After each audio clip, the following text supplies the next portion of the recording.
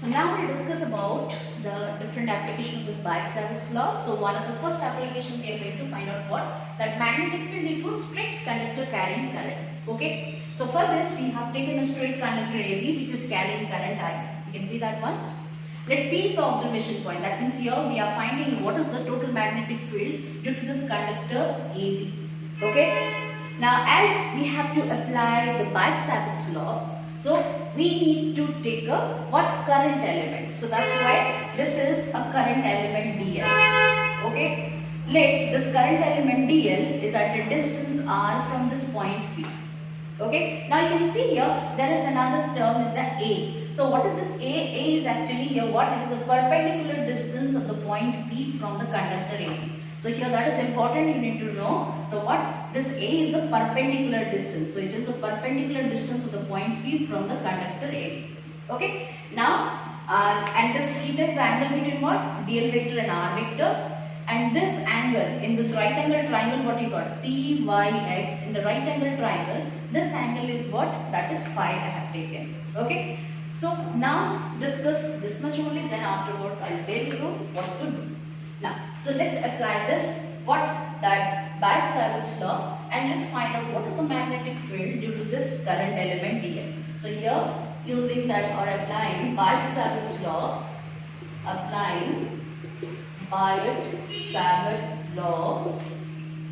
so what will be your dB value? dB will be equals to mu naught by 4 pi I dl sin theta by r square. Okay. Or we can write down the same expression can be written as mu naught by 4 pi. This is I dl. So look at this right angle triangle XYT. So here this angle is 90. So that means theta plus phi will be equals to how much? 90 degree. So here I am writing since theta plus phi is equals to 90 degree. So that means what will be theta value? That will be 90 minus phi. Okay, so here I am replacing in place of theta, that is 90 minus phi. So that means here this equation can be written as this is dV equals to mu naught by 4 pi, this is I dl sine, in place of theta I am writing this is 90 minus phi, this is by r square. And what is sine 90 minus phi? Or sine 90 minus phi is cos phi. So that's why this will be now changed to what? Mu naught by 4 pi, this is I dl, this is cos phi by r square. Okay. Now, so actually this is dV, that means for this elementary current element, or you can say current element, this is the magnetic field at this point P.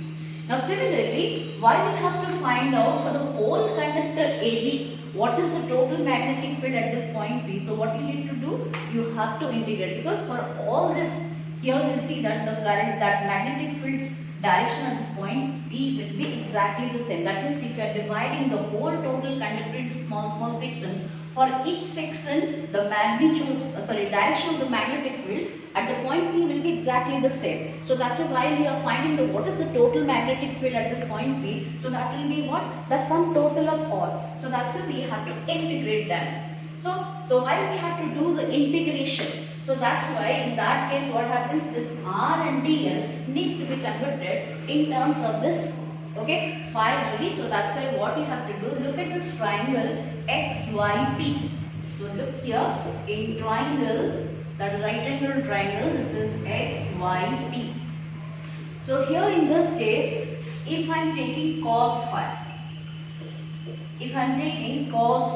so look here, this is cos phi. So this is the base actually. So that's why base, this is perpendicular and this is the hypotenuse of this triangle. So cos theta is what? That is base by hypotenuse. So base is over here is A and hypotenuse is R. So this will be equals to A by R. So from here, what will be R value from here? So R is equals to A by cos phi.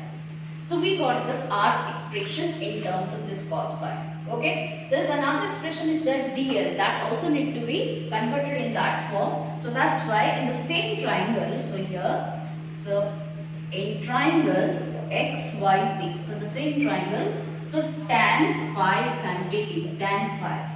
Okay, so look at tan phi is formula is what? Perpendicular by base. So in this is the base and this is the perpendicular. So that will be equals to L by A. Okay, or L will be equals to how much? L will be equals to A tan phi. Okay, we got L. But in our expression, what is that? That is DL. So that means how to get DL? Let's differentiate this. So if we differentiate with respect to phi, so DL by D phi will be equals to what? A is constant, it will remain like that. Tan phi's differentiation is what? Sec square phi. Okay, so DL by D phi is A sec square phi. So what will be DL then? So DL will be equals to A sec square phi D phi. So we have converted everything in terms of phi. Now let's substitute in the original equation here.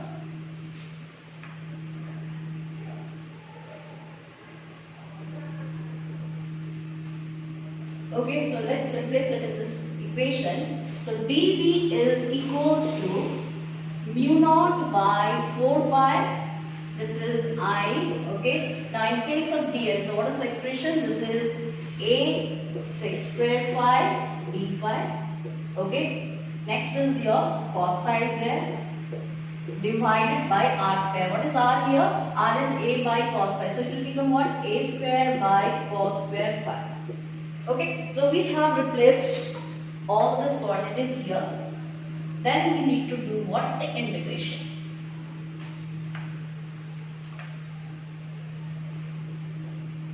So we have to do the integration. Okay. Now let's simplify this one. So this cos square phi will go there. So now this will become what? Mu naught by 4 pi. This is I. So 1a is getting cancelled with this one, right? So this is sec squared phi, then into cos phi, right? And this cos square phi will go. So there. So this will be cos square phi. D phi will be there. D phi, and in the denominator there will be a term what? That is A. Now look at this can be written as this is mu naught by 4 pi I. Okay. So this sec square phi can be written as what? 1 by cos square phi. So it will be 1 by cos square phi because sec theta is 1 by cos theta.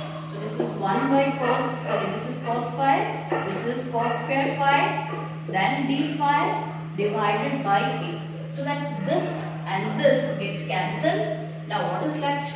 Mu naught I by 4 pi. Okay, here cos phi d phi, cos phi d phi by A. So that means finally we got dV is equals to this one. Now we can integrate to find out what is that total magnetic field at the point P. Okay, so let's do that one here.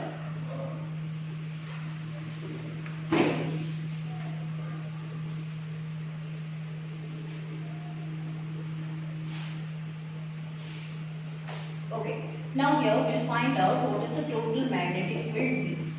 Now total, as I said, what? I need to integrate this expression. So I'll integrate here. So B will be integration over dV. That will be integration over mu naught I by 4 pi. This is 4 pi A I am writing here. Cos phi d phi. But I need to put the limits. So look at how the phi is changing. So phi is this one. This is, that means when we have chosen this elementary section, so here with the point P means this with the perpendicular line, the point P is making what angle with this elementary section? That was phi. Now when we have taken this whole conductor AB, let's join this end A with this point P, and with this what that perpendicular line, let this is making an angle phi 1. Okay. Similarly, the end B is also joined to this one. When you join this end B, now look at here with this perpendicular line. This is making an angle is what? Phi 2. And it is always important to note that, so while you are taking the angles, okay, of the two ends for this observation point P, always you have to measure it from this perpendicular line. This is one thing. And another thing is what?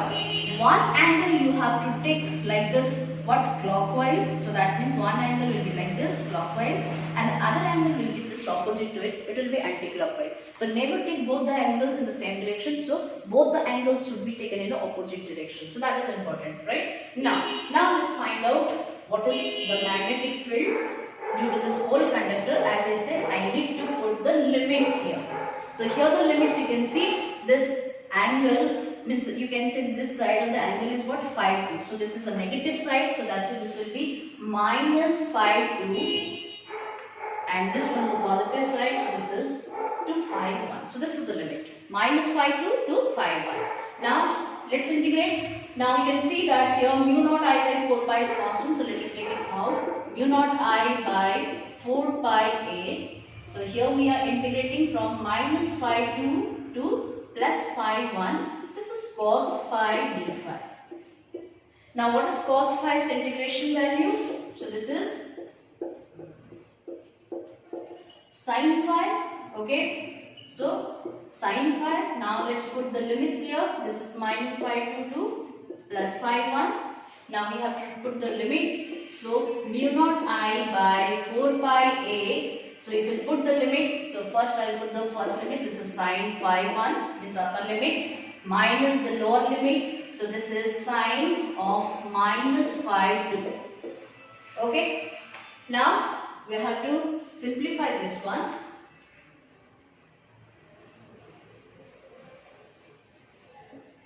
So if you simplify, so sine of minus theta is actually minus sine theta. So that's it. This will be, now this is b is equals to, this is mu naught I by 4 pi a. This is sine phi 1. This is minus, what I said, sine of minus phi 2 is minus sine. So the minus minus plus it will become, so this is plus sine phi 2. Okay, so this is the formula actually. What is the total magnetic field at the point P? Sorry, at the point P due to this straight conductor. So this is the formula when you have taken a conductor of finite length. So this is important. So what is the formula we have taken? So this is for conductor of finite length. Finite length. So this is the formula you can use. But if we are taking, so here suppose the condition that is, we are taking case 2, this is the case 1. So if I am taking case 2, like if conductor is of